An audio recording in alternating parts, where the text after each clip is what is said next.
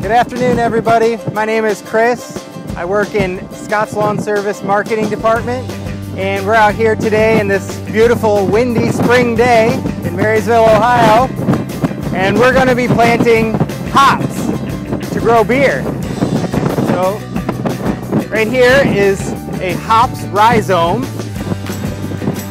It actually grows underneath the ground, and these little guys come poking out of the soil, and they grow like a vine, and they'll leaf out and actually produce the hops flower, and that's the fruit that we'll harvest and use to make beer.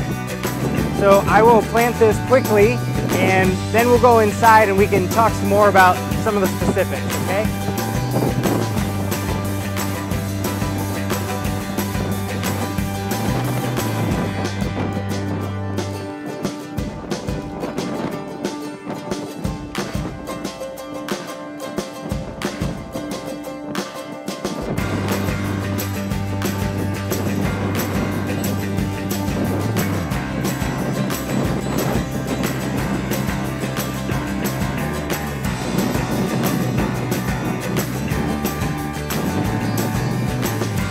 Okay, taking a break from the wind, we found a little bit of shelter, and now we can go over some of the details of what we just did. Here are a few of the things that we use that are key elements of planting the hops rhizome. First, a good source of nitrogen. As I am an organic gardener, I stick with organic methods, and this is a blood meal product.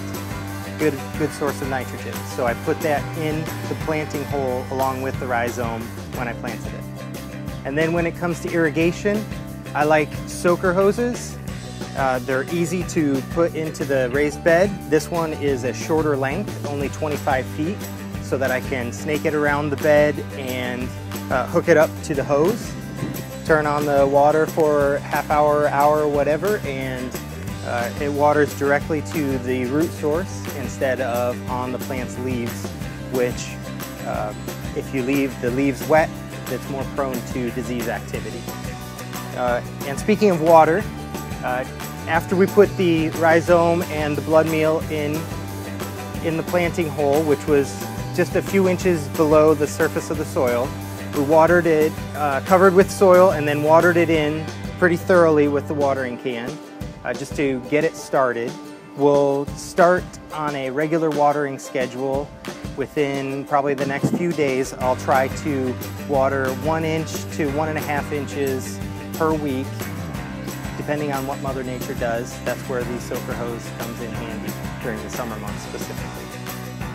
Why would I plant hops rhizomes? Well, for beer, of course.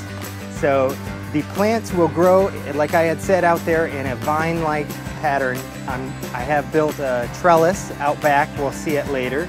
And once that's in the garden, the vines will be trained up the trellis and around the trellis, and the flowers or the hops fruit will actually kind of dangle from the trellis, from their vines, and I will harvest those when they're mostly dried, not too dry, but still not wet.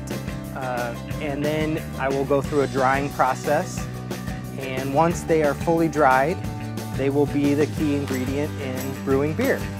The variety that I planted today is called Columbus, and that variety is considered high in alpha acid. And what alpha acid is, it's basically the bitterness in beer. So it helps create a real complex flavor in the beer between sweet and bitter. So one important thing to remember when you're growing hops is they need full sunlight. They need a minimum 4 hours a day, and preferably all day, 8 hours of sunlight. And they grow really quickly, so you need some sort of trellis system. And remember that trellis that I had told you about that I built? Let's go take a look at that.